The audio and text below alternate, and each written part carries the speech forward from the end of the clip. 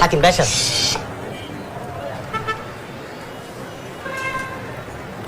ارغي. الرخصه بتاعتي خدوها مني وانا جاي من على الدائري ساعتك.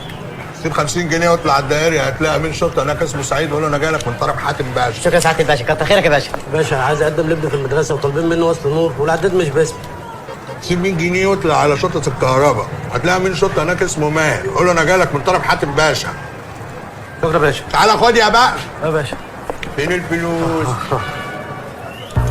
شكرا يا باشا. بنت مجيدة يا باشا وعايز عليك على فايدة. عايز اقلل في المدرسه. سامحني يا حاتم باشا.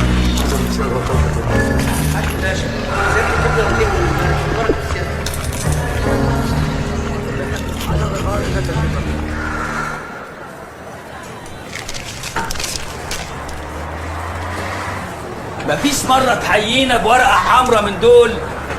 ده انت بقالك 20 سنة بتاكل حواوشي. ايه؟ عمره ما عجبك مرة وقلت امس على المعلم صاحب اللقمة؟ وبعدي عليها النهارده بالليل في الاسم عشان امسي عليه. كان عنده محضر من زمان بيقول انك عامل بروس في المحل. معلش يا باشا، ده انا بهزر معاك وانا عمري رفضت لك طلب. 100 جنيه بتاعت البروز. خلص. اتفضل يا باشا. اللي ملوش خير في حاتم ملوش خير في مصر.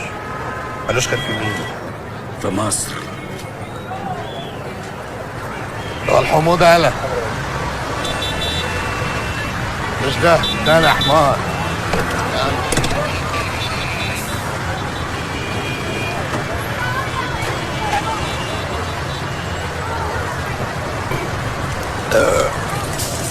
هات ياض البريوز بقى على اسمك.